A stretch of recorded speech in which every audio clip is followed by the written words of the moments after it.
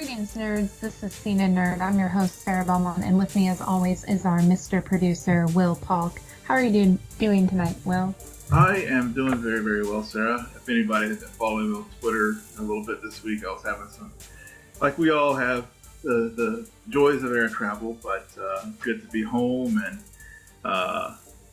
happy to talk some summer blockbuster previews with you tonight. We've been doing so much Arrowverse and stuff lately, which is Grip Time, which has been fun, but it's I'm enjoying, looking forward to talking something new with you. Yeah, absolutely. Yeah. And despite the 10 minutes of Will complaining about connections, and I know nothing about that living in Alaska, and also in Juneau now, where I always have to travel to Anchorage, it feels like, just to get a connection to go any other place. It's not annoying at all. Yeah, pardon my rant, y'all. It was just... But we've all been there, so I know I have a sympathetic crowd. Yeah. But no, I think I was thinking about it earlier today. It's like, okay, we're into this hiatus season, even though there's a few shows still going on. Arrow and Flash are really the mainstays. So since they're not on the air at the moment, it's a breather. And right now I'm kind of glad. I'm like, it's my space. Yeah. We all, it's just interesting when you look on Twitter and Instagram and you're seeing the stars from our Arrowverse shows and their various respective vacation travels and stuff. I feel like we're kind of in that same place as well. It's just like, okay, we're on vacation too from watching, recapping the shows, and we all need a break, otherwise you get burnt out. So yeah, absolutely. And it's interesting because we call this episode, or this recording tonight, a summer movie rundown, and yet the summer technically started with Infinity War. And it's been a while. Yeah, I know. We joked about, we talked about that quite a bit, actually, just with Infinity War and Deadpool 2 and the Solo. It was like back to back, and really Black Panther wasn't too far. It was February. But it had such staying power that it really was only a slight break between it and Infinity War, so it feels like we've been on the summer blockbuster binge, honestly, since February. Yeah, I heard that Black Panther is still in theaters in some places. Oh, well, it doesn't surprise me. Yeah, and it doesn't surprise me that Infinity War is just barely under $2 billion right now. Yeah. They're at 1.9 something, and if they don't, I think they're gonna reach it. I think that they're gonna pass it. Yeah. Because even me this week, I'm like, movies are starting at 4:00 right now at my theater. I should go see Infinity War one of these days after work. Yeah. Make it a third time, to close out. Because this is the last time I'm gonna have that experience. Yeah. In theater. Yeah, get the hat trick. Do it. Yeah, but see, on the other hand, I'm kind of like, okay, I need to go see Solo. Mm-hmm. And yet I'm still not like, do I need to go see Solo? Because I'm not convinced, especially considering the box office. And it's interesting how much, when I found out how much it made that opening weekend, it deterred me that much more not to go out of my way to go see the movie. So this is an interesting study in how box office fake can influence movie attendance. Yeah. Yeah.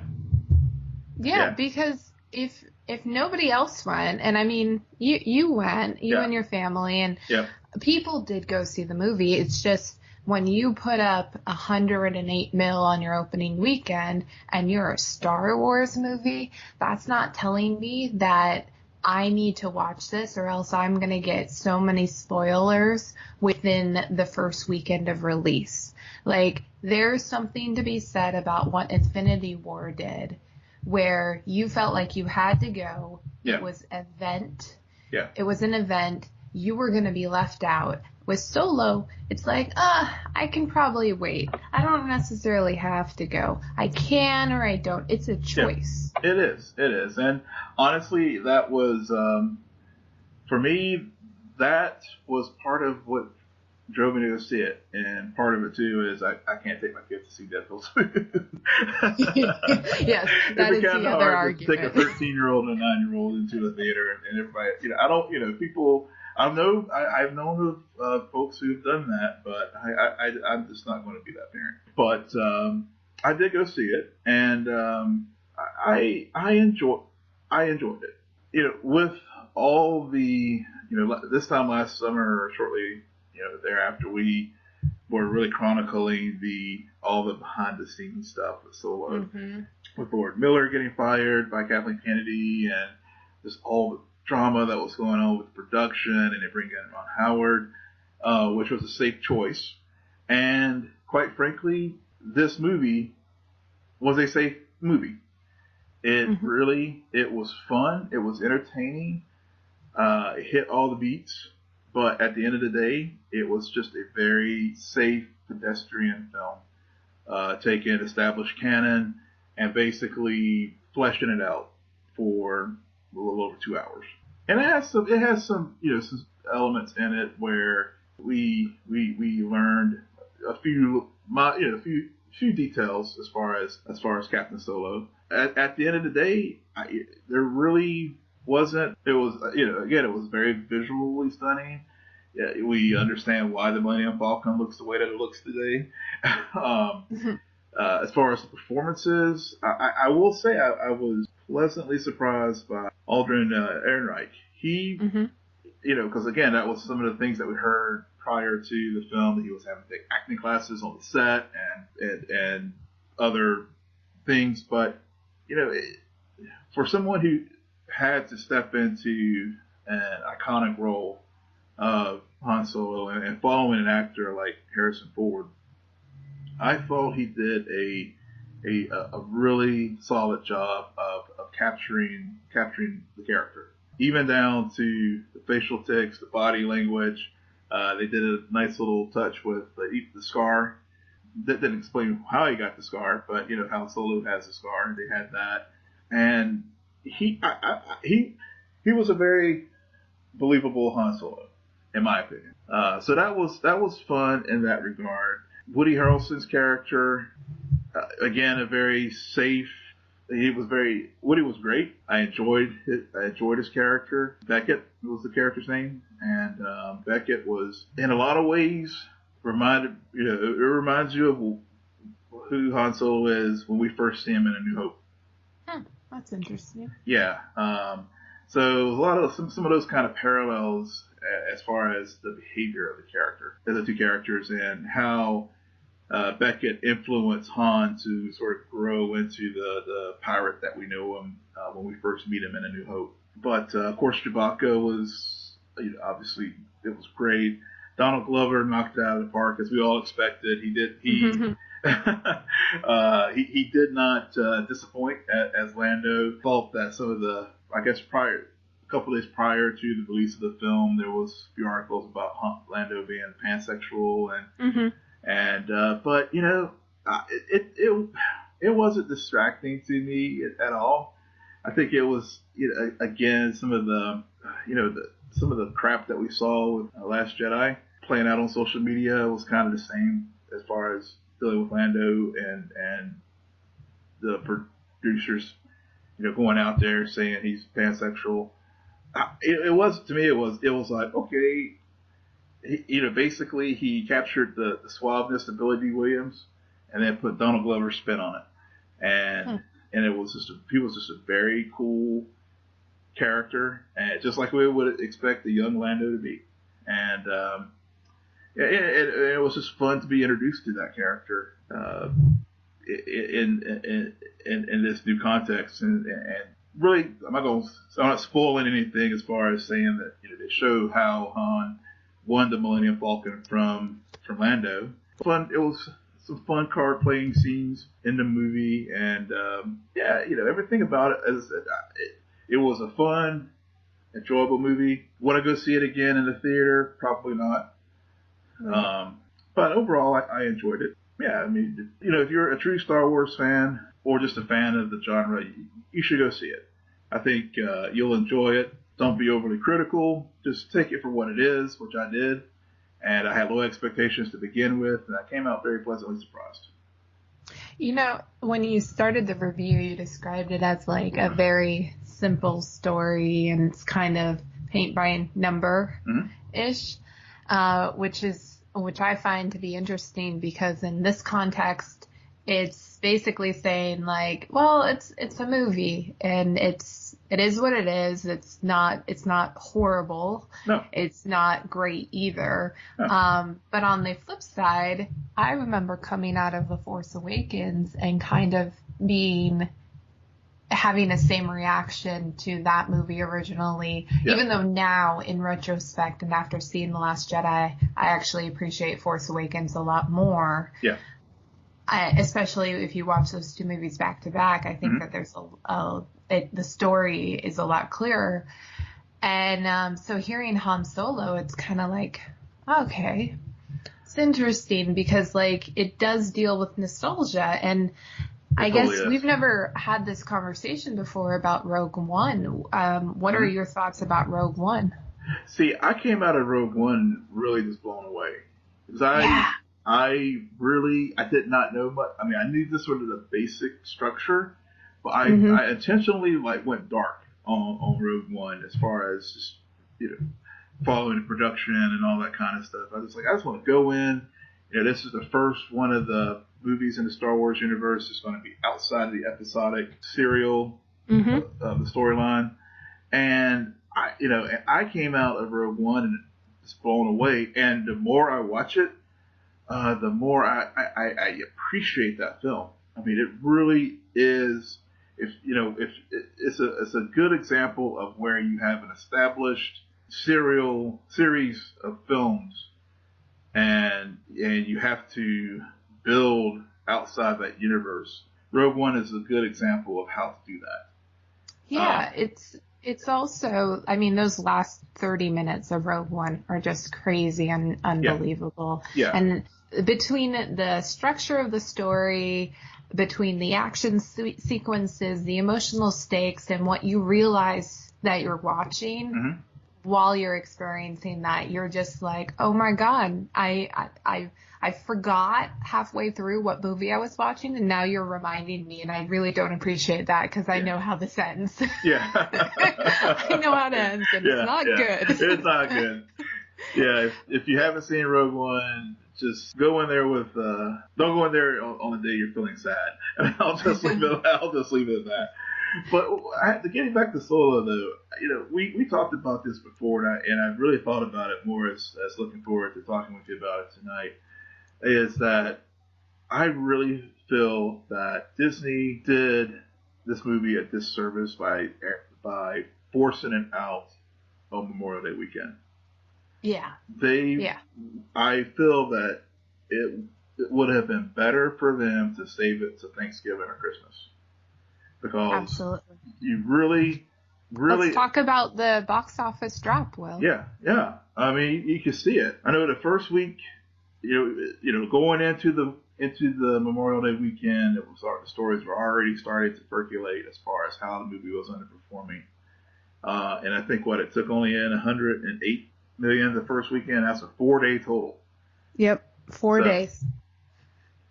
And then not three, but 4. And on a big movie-going weekend, but there was no buzz going into this, and we talk about how when are we going to get a trailer? It took forever for us to get a trailer, and once we did get a trailer, it was good, but again, it was just like this film. It was just like I almost feel like I'm going to go, and I did feel like this, to be honest. Is I'm going out of obligation because I'm a fan. And, so there was no buzz for it. And it showed. So the second weekend, how did it do? 29 million. 63% drop. Oh, yeah. See, you mentioned to me before we're getting the Justice League territory. Yep. It's a fascinating thing. And I think it's really interesting that nobody is going to see this movie when I remember last year when all of the scandal and the drama broke out from set, I wanted nothing more than to see this movie. Yeah.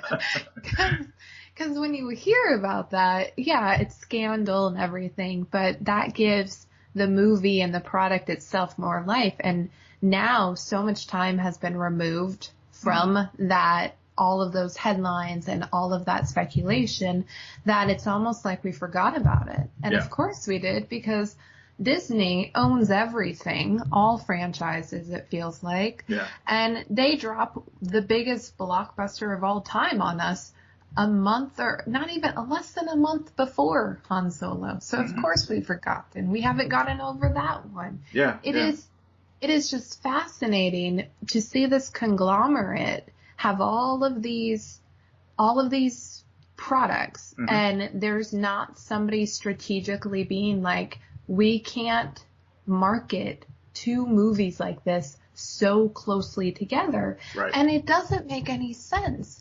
They had to do reshoots. They had the time to wait and release it at a later date, and they chose not to. Yep, it was intentional. It was just the arrogance of Disney. And maybe that's part of the backlash, too, that fans have. They're like, no, it may be a good film. It may be maybe a bad film. But honestly, maybe folks are just like, it's just, you're being, just the arrogance of the filmmakers thinking that we could just slap the Star Wars logo on it, and people just like, Pavlovian dogs are going to go to the theater. And no, it just doesn't work that way. I think that's a lesson that Lucasfilm and Kathleen Kennedy in particular needs to understand. That if you're going to do this, you got to have it's got to be like Marvel level excitement. You could do a Black Panther and an Avengers Infinity War close together because there was just that buzz and that event feel, and it just captures pop culture. I mean, people who aren't even like genre fans go see those kind of things, and it's the same with just the general Star Wars movie, right? As well. But there was none of that, and so it was so close to Last Jedi, and lumped in here with other films that had more buzz, that it was just doomed to fail. And again, we have to put this in the context of fail, meaning any other film, this would be a success. But in the context of Star Wars, it's a failure. Oh yeah, when all of its predecessors, I'm not going to say all, because I think that I could be wrong about that, but it is the least amount that we've seen in recent years for any opening of a Star Wars movie. Yeah, it is, and it's definitely not at the level of Phantom Menace. Definitely not. I won't say anything more about Phantom Menace other than it's not at that level. No, we should talk Phantom Menace. I'm trying to make it spoiler free. I don't want to ruin it for folks.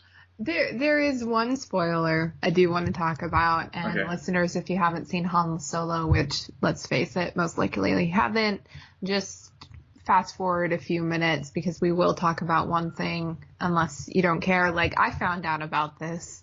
I couldn't help it. Screenshots, it's really easy to figure out what's going on. Don't be like, hey, Mysterio's cameo. I'm like, I know who that is. Yeah. So I saw him pop up on the screen. All right, yeah. I was like, wait a minute, that's Darth Maul. And of course, I think the big thing that everyone was just like, okay, you're Star Wars explaining to us, y'all. It's having the dual lightsaber, which was like totally pointless. And so, some people are like, oh, it was pointless. Personally, when I saw it on this at real time, my thought was he's just doing it to intimidate her. Yeah, but of course, the other viewpoint is equally well taken. But what did you think of his appearance, overall? Overall, it began, honestly, the nerd in me was starting to do calculations as far as timeline, when this film was actually set. So I had, when I heard about it, that's where my mind went too. I'm just like, I don't understand. And apparently, If you are a big Star Wars fan, anybody who loves these stories should go and check out Collider's Jedi Council. Yeah. They explained it that actually, if you watch Clone Wars, they explain what happens to Darth Maul and how he's around, and that this actually takes place after the sequels and the timelines do work out. But I'm sitting here like, well, that's great for all you nerds. Not all of us do it. That's like telling me, hey, if you read the Jedi novel. Exactly. Exactly. No. Yeah. This is no reading required. Okay. Yeah. I was at a party last night, and I was talking to someone about the film, and we were trying to. He was asking me. He's like, explain to him the timeline, and I was like. And I couldn't remember. I remembered that he came back. I didn't remember if it was from the Clone Wars as far as how he resurfaced, but I remember somewhere along the continuity Darth Maul resurfaced, and so that's what I explained to him, because we were like literally working out the timeline as far as when this film falls, when in the whole continuity of in the episodic universe. I think it's just. I mean. It's not like Marvel does these kind of Easter eggs really well, but it's not like they put an Easter egg on Agents of S.H.I.E.L.D. Right. And then you go see Infinity War and you're just like, I don't understand why this occurred. And then somebody tells me, oh, you should have seen the latest episode of Agents of S.H.I.E.L.D. They're never going to do it. Nope. They're going to instead do the opposite, where viewers of the TV show will receive more of those little nods having experienced the MCU. Yep. So I think it's just poor strategy and how that all plays out, even though it's kind of cool. Yeah, it was. I like that idea, especially Sam Witwer plays, like, I love him on the Schmodown. And so I kind of do want to start watching the Clone Wars just because I love Sam Witwer and Freddie Prinze Jr. on the Schmodown. So it kind of makes me like, oh, I should probably check out the Clone Wars. Still haven't, but I think that Darth Maul, if they were going to bring back any character in that way to the cinematic universe, he makes sense considering the hype he has currently with the TV show. So. Yeah. And even with Phantom Menace, I mean, that's one of the most memorable, if not the most memorable character out of the first movie. Yeah, it's always the same reaction. Yeah. Why didn't he get more to do? Exactly. Oh, because he wasn't supposed to, because they didn't hire a real actor. Yeah. Oh, now I get it. Yeah, exactly. So while you were seeing Solo, I went and saw Deadpool 2, and because I don't have kids that I would have to take to see it, and kids should not see it. I don't know. Well, I just figured it would take you like multiple connections to get downtown. So, and I have to say, I was pleasantly surprised by this movie. I like it better than the first one. I really do. Yeah. Why is that? Yeah. I like it better than the first one because going into the first one, I didn't know what to expect. And there was so much hype and there was so much like, oh my God, this is amazing. It's so original. This is what I want. And I just went into it and I'm like, okay, it's a comic book movie. There's a love story. I get it. I don't care. And in this movie, I was able to have more fun with it. There was so many references there. I did care more about his relationship with Vanessa for a very plotty reason that I think it made this movie work. That's some of the criticism. Like, a lot of the people who see this movie, if you really like it, it's because you appreciate what they did between Deadpool and Vanessa. If you didn't like it as much as the first one, it's because you didn't appreciate that. Gotcha. So it's very split. But even people who didn't like that are saying like, no, but it was still a good movie. Like, it all depends on, I think it depends on how much you actually loved the first one. Okay. And if you were like me and only seen it once, you go into Deadpool 2 and you're like, oh, I get it now. I'm on board. Yeah.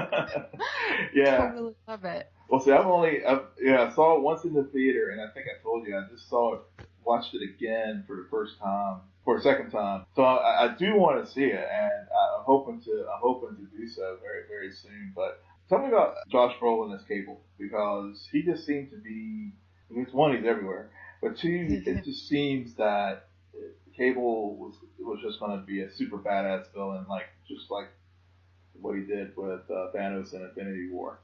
So was it more, comic foil villain, or kind of two-dimensional, or? Because I found the villain in the first movie pretty interesting.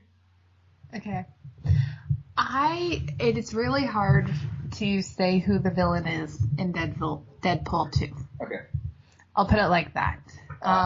Without trying to give spoilers away, this plot that they did, it's not that it's complicated, it's just that it's like watching a comic book movie. There's a lot of motivational changes. You're dealing with time travel.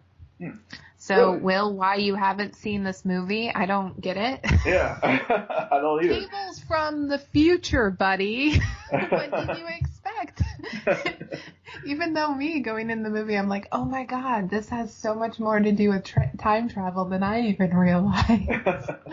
And it's one of the few times that I regret walking out of the theater before the end credit, because apparently I found out later that the end credit actually does impact where this movie ends. Huh, okay. Another recommendation, watch Logan before you see this movie. Okay. And you might appreciate so many more references. Gotcha. Fair enough. I will do that. Listeners, do it too. There's so many similarities between those two movies, like Deadpool 2 and Logan of all things, where you're just like, oh my god, this is hilarious. And my favorite moment in the movie, like joke-wise, has to be, and they've already dropped this clip, but Deadpool meets up with Colossus, and Colossus ends up convincing him to try out for the X-Men. And so there's just this scene where there's a mutant who's lashing out, and the X-Men are called in to try to cool things down. And so you see the jet come in, and then you see Colossus, and then Deadpool starts running to the scene, and he's wearing a junior varsity jersey that says trainee on the back, and you're just like, oh my god, it's like this image that I don't know why I find freaking hilarious, but there's something about it that always puts a smile on my face. That's awesome. All right, it's funny. I haven't seen that scene, so I will definitely. You haven't spoiled it for me. Yeah, there's so many. Oh, you be on the lookout for a lot of cameos. There's cameos I didn't even see until way, way, way after the fact. And then there's a really big cameo that you can totally tell, but it's just genius how it works out. But yeah, I recommend go see Deadpool 2 in theaters. You may come out of it being like, oh, it's not as good as the first one, or you may be like, this is so much better than the first one. So here and there. Gotcha.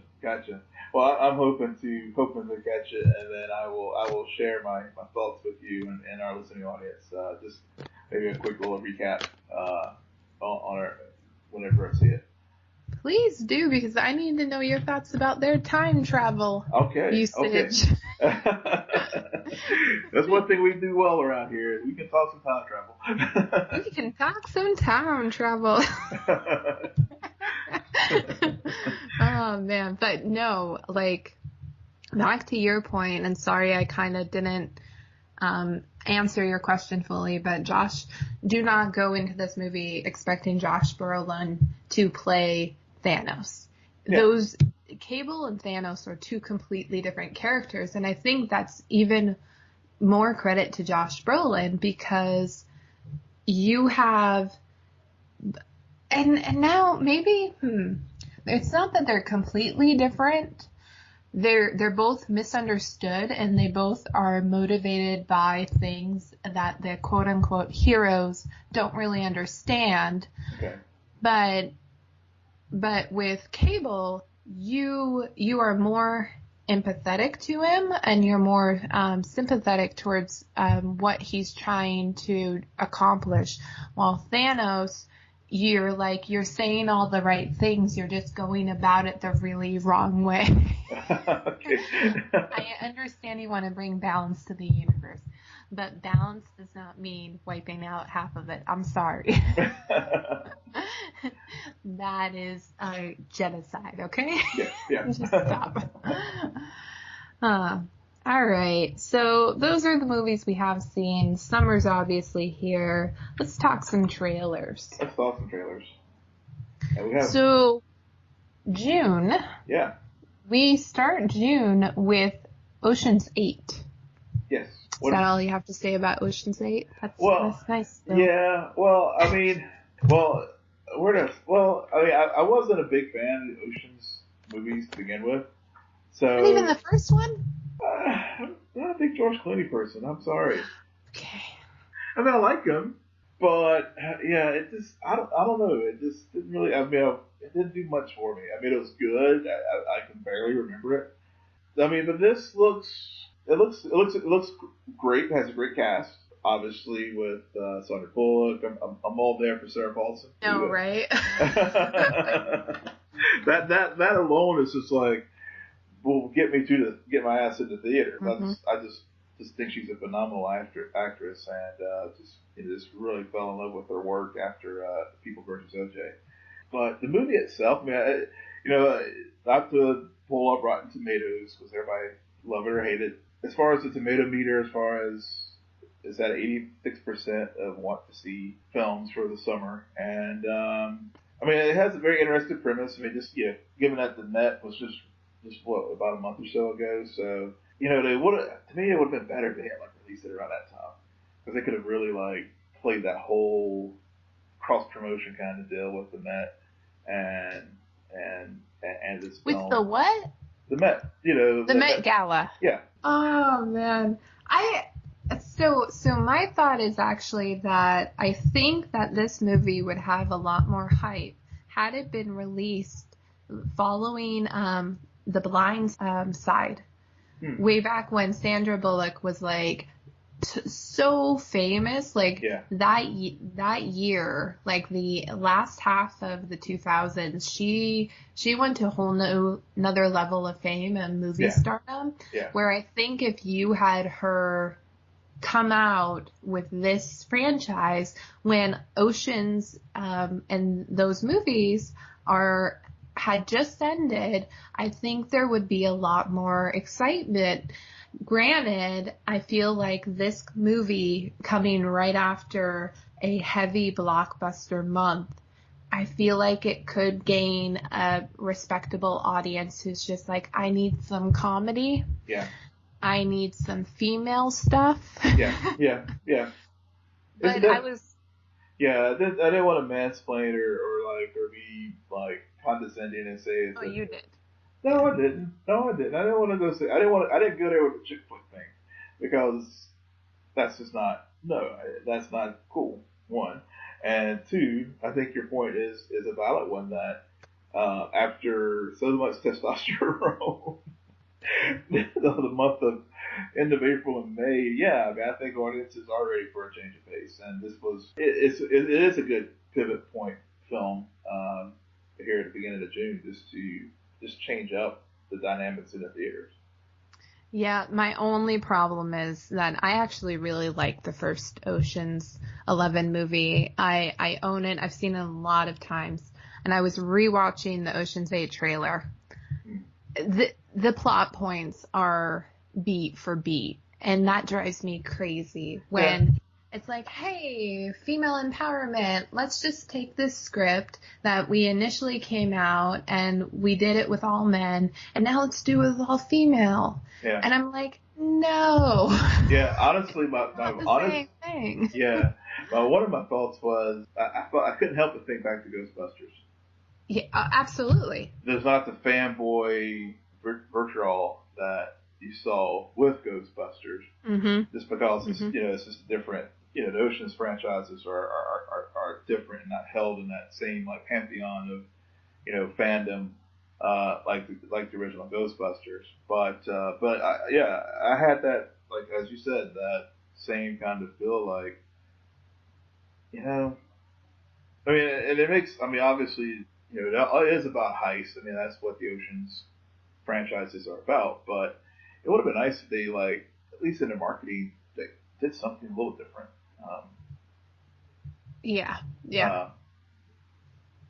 With it. But I mean, maybe, but again, I think it's just a good pivot point. The strong cast, I think it's just the dynamics of the time where we're going to see these types of reboots with with different folks represented, whether it's gender different cast or racially diverse cast. You're going to see these kind of films coming forward. So yeah, but the Ghostbusters box office comparison to Ocean 8's will be really interesting to see how that plays out, because you're absolutely right. Those franchises are respected for very different reasons and held in different places of cinema history. So it will be an interesting comparison when it is released. Yeah. Go Sandy.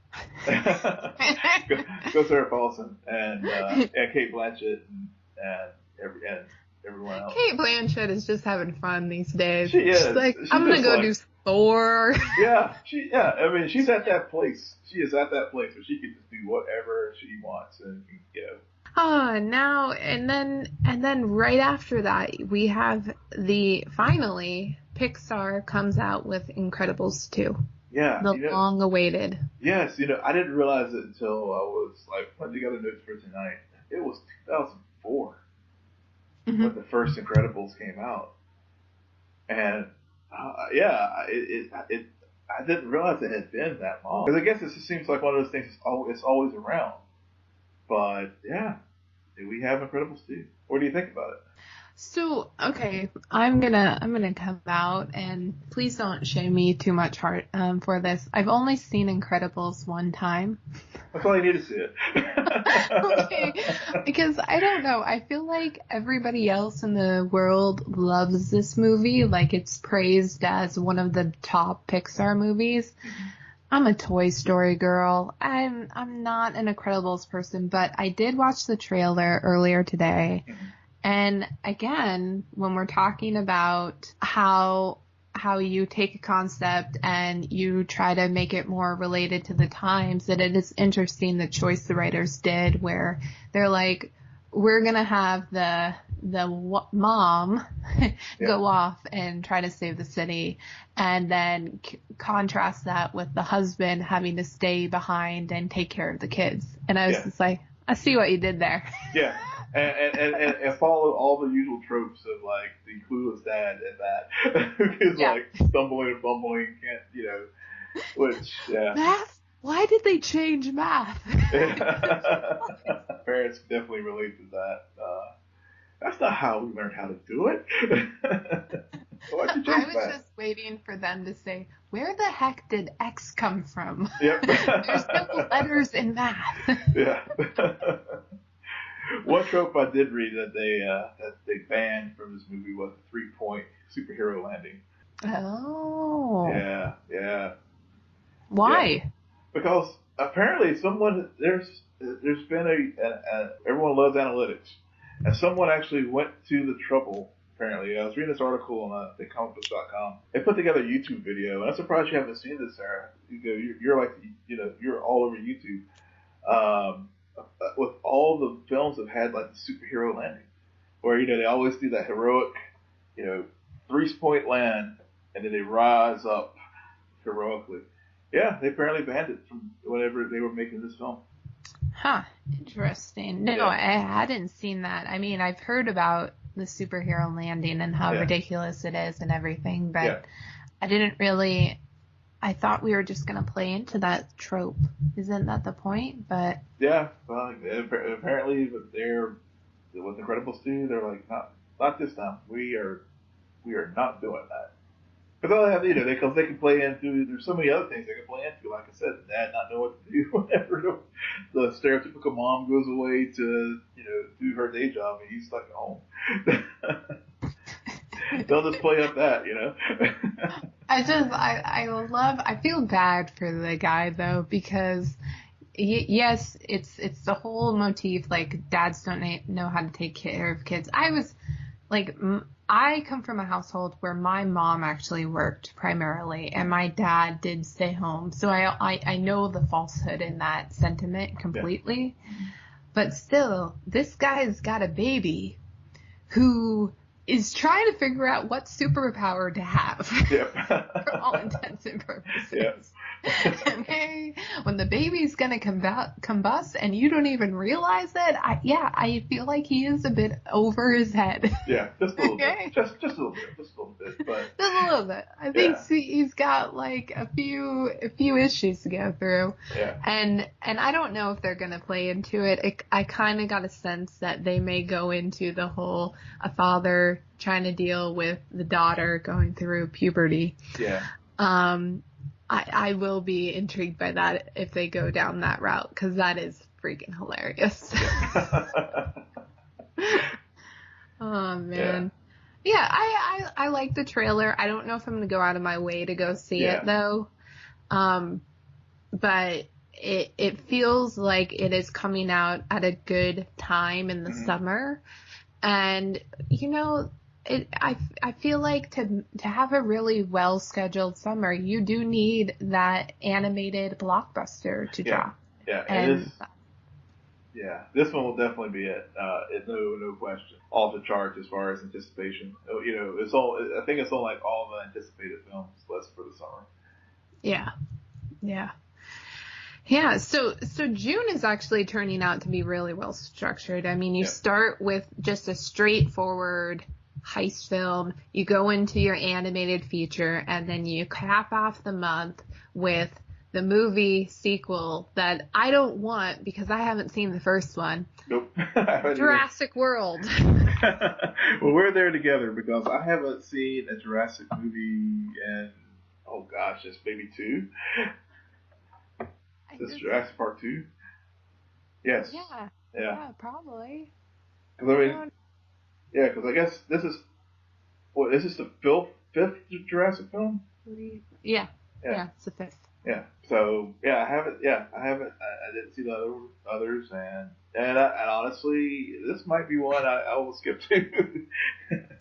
I don't know why you would go see it. I feel like the trailers give so much of it away. However, I did finally realize, because for some reason after the first trailer, I had it in my mind that they were still going to be on the island this whole time, and then the island would erupt at the end.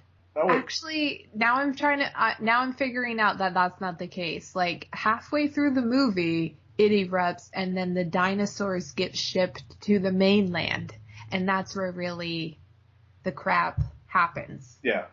And we get to see Jeff Goldblum do his usual shtick, and I like I said, it just I know this movie will probably do very, very well. I think I read where they're anticipating upwards of 140 million opening weekend. We'll see if that is indeed the case. Let's not forget, Jurassic World did surprisingly well in the box office. It did. It made more than Ultron, if I remember correctly. Yeah, I think you're right. I mean, it's dinosaurs. I'm sure it's a very well done brain candy film with, it's got a great cast. Chris Pratt is a legit star and legit talent. And you have Bryce Dallas Howard, B.D. Wong's in it, Jeff Goldblum, as I mentioned before. I don't know. It just doesn't move me. Oh, yeah. I'm not saying you're wrong Yeah. for not wanting to see it. I feel like Jurassic World 1 was such a surprise Yeah. because of how many people went at it just for nostalgia purposes. Yeah. So, and I don't think this will do as well as that one, but I would be interested to see the comparison, that could come about when you compare Force Awakens to Last Jedi box office with Jurassic World 1 to Jurassic World 2 box office, and if those are similar, because I think both Force Awakens and Jurassic World 1, due to that nostalgia and that time away from the franchise, people just wanted to be back in that world and that universe that they were already familiar with. Yep. I think you're right. Yeah. So we'll have to check back later in the summer and see how that all unfolds. Yeah. Okay. And then, the MCU, they can never not be a part of the summer season. Especially, they're getting into a habit, they'll drop an Avengers movie and then immediately Ant-Man comes out. Yep. Yeah, but at least they give us a little bit of breather before they drop it.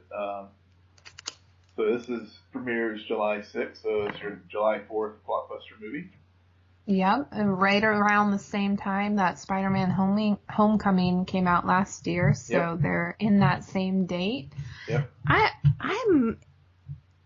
I'm mixed. I'm lukewarm on Ant-Man. I am. Yeah. I saw it in theaters. It was good. I laughed. Yeah. The villain sucked. Yeah. But I almost even I'm more intrigued by Ant-Man and the Wasp than I ever was by just merely Ant-Man himself. Yeah. I'm there with you. It looks like a fun movie. Paul Rudd is the true everyman. I think that there's definitely people are going to go see it it's like the Black Panther phenomenon. It's folks were super ecstatic to see Black Panther debut in Civil War. I think you're kind of having that same kind of vibe for the Wasp and with this film. Yeah, and they played I like how the trailer even tells you this is where it is in the timeline. Yeah. He's coming. He's just like Peter Parker, who's back home for the first time since the events of Civil War. Yeah. And you find how that movie impacts this next movie, and I love that. I feel like that Marvel has figured out, because initially when they started doing the sequels to all of their standalones, I still wasn't that sold on the universe.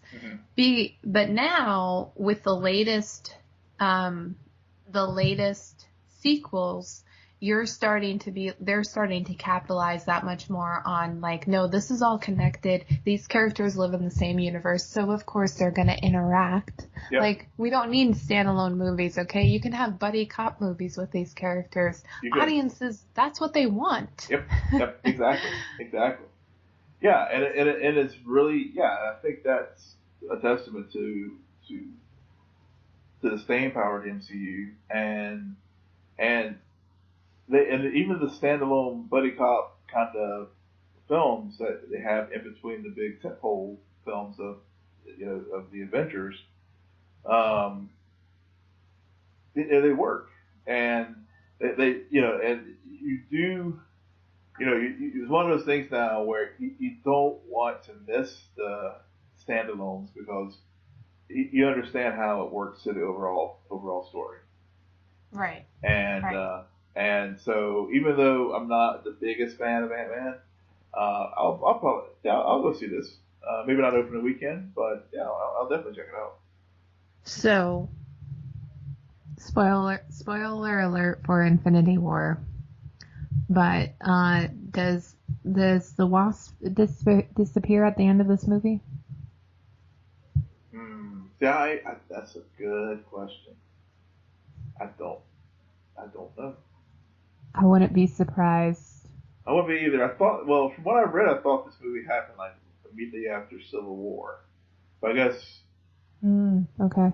So, but again, but the events in, I guess, with Infinity War. It could be that end credit scene where they then go like a year. Well, however the timeline works out, how long it's been between Civil War and Infinity War, I don't know. Yeah, I don't know either. But well, it has to be. Well, we can use Spider-Man: Homecoming as a reference. So I guess it's probably about a year. Okay. So then the end credits scene, it's like a year later, Yeah. and then one or both of them disappear. Right. And that's how you leave off that movie. Yeah.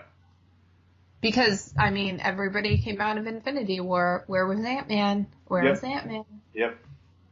Well, we're going to find out where he was. Yep. Maybe. Maybe. I don't know. I'm looking forward to it. It'll be fun. It should be. Yeah. It looks like it's just going to be a good, fun movie. Yep. And then towards the end of July, we have Mission Impossible Fallout. Yep. 6th movie in this franchise. It's hard to believe it's already at 6 movies.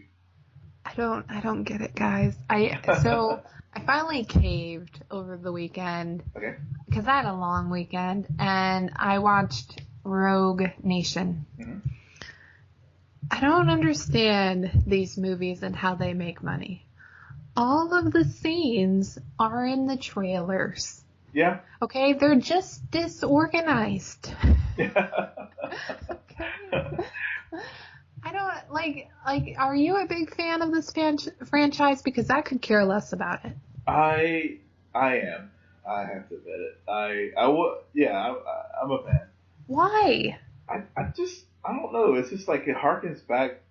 Part of it's nostalgia. It just harkens back to like the old spy thriller action adventure kind of just fun movie, I guess. Like it reminds me of like a lot of the movies from the '80s, where you had you had this type of physical action hero, but at the same time, Ethan Hunt also is very wily and a very intelligent character. That's what kind of draws me to these films. I mean, I just really, I think for me, it's just I just really enjoyed the first Mission Impossible so much that I just kind of hooked and I've just stuck with it. Nostalgia, and so it's interesting how often we brought up the word nostalgia on this podcast tonight. Yeah. Talking about a new slate of movies, right? Yep. And then we always question when they announce like, "Hey, we're gonna reboot this." Why would you do that?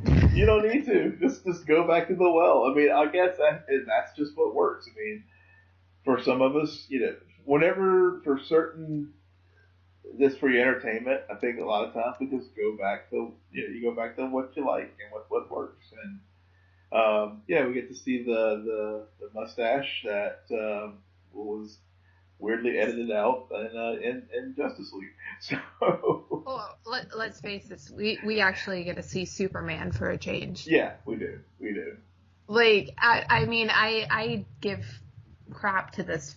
I don't care about this franchise, but their trailers are exquisite. Like that first trailer, and when you see Henry Cavill and they time his like punches with the music, that's beautiful. It is. Like, and everybody has the same reaction. Like, hey, that's actually Superman. Where was that guy? Yeah, where was that guy? Where's that guy been in the Snyderverse? But yeah, I think you just know that was one thing I didn't think of until you raised it just now with Henry Cavill and the trailers. The trailers just kick ass. I mean, they just really do. And then and even though they'll just fill in the story in between those awesome action sequences. It's just I just really, Tom Cruise had he is an action hero, and he can sell it, and he's believable in it, and I just really enjoy it. I don't care, he may go off and do some dramatic things, and he does have that range. But he'll be 70 and be like Harrison Ford, trips around like Indiana Jones, still making these Mission Impossible films because it's just a franchise that he has eaten up. When was the last time Tom Cruise did a dramatic role? Ooh. I think it's been a decade or two. It's been a while. It's been a minute. He's gone full action movie star. Yeah. And I think part of it is due to his celebrity and how that has affected how much he can actually blend into movies. Mm-hmm. Like when you go see him, you're really seeing it because you want to see Tom Cruise fight and kick butt and all of that. Yeah. So I get it. I think part of my problem with this franchise is part of the reason why I don't like James Bond movies. Like, because it's the same formula. Yeah. It's the same. It's just that, hey, this is our American equivalent of James Bond. Yeah, pretty much. There you go. Pretty much. And I've never been a James Bond fan, and so that I think that's why the whole Mission Impossible franchise kind of doesn't work for me. That, and I also feel like for a lot of the earlier sequels of this franchise, like there's some gaps. Yeah. It didn't just be like, hey, Tom Cruise, let's take you down this route. No, I feel like he made one, and then there was a sequel, and then the sequel didn't do well. But then a few years later, they're like, hey, we need to make some money really quickly, so let's do a third. And then, so I feel like it's been revitalized for sure, but definitely. It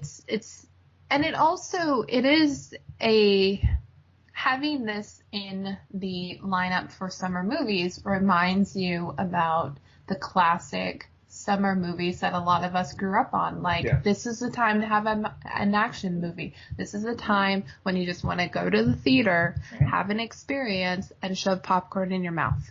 Yep, that's pretty much what this is. So, yeah, it is, and that's why we continue to shell out the money for it. Yeah, and that's probably why Mark Wahlberg is coming out with Mile 22. Yeah, when I saw this trailer, I was like, let's add. I almost sent you a note. Let's just love it, Uncle Drew for instead of Mile 22. Uncle Drew's like a character. Yeah, I don't know if you know Uncle Drew at all. No, I laughed to make you feel not alone. I have no idea what you're talking about. Okay, Uncle Drew is just bear with me for a moment with the NBA Finals. God. It's a sports character. Kyrie Irving plays like this old basketball legend who shows up. I think it's like a Nike or a Reebok commercials or something like that. But they're making a feature film out of it. It has like all these actually basketball stars like Shaquille O'Neal and Reggie Miller and other folks. But we'll get back on track with Mile 22.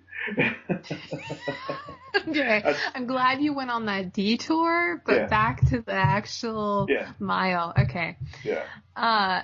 Here's something that you may not get from the trailer. So, well, this is another Peter Berg, Mark Wahlberg movie. Yeah, I got that.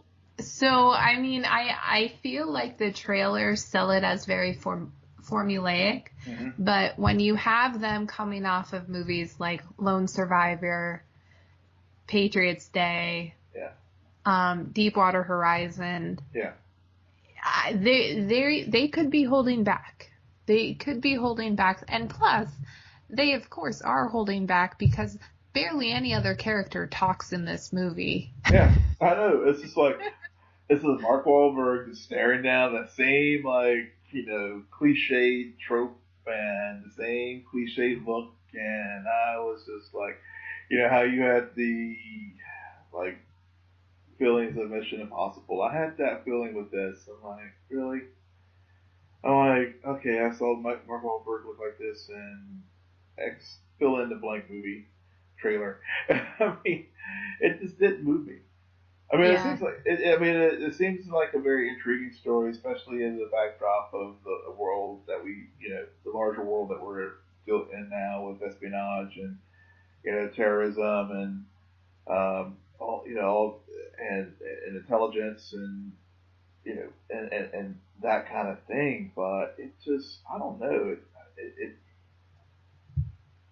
It just seemed like the 3 minute trailer was just like Mark Wahlberg staring at me, and it was that same trademark look he had.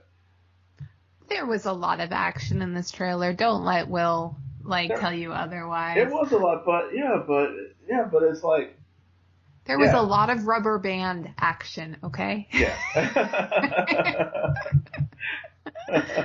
I'm really curious. Lots of things going boom. I'm curious about what Lauren Cohen is doing in this movie. Yeah. Because she's somebody who, she's got a lot of fans coming from The Walking Dead. Yeah. And to see that she took some of her hiatus time in between seasons to shoot this movie, it kind of feels like, you know what, this is as much Mark Wahlberg trying to make a statement and trying to get his own Mission Impossible franchise started, as it is Lauren Cohen who's coming out and being like, hey, I can do this on the big screen just as much as I can do this on the small screen. I guess you're right. And plus, how do you get John Malkovich to be a villain in a movie?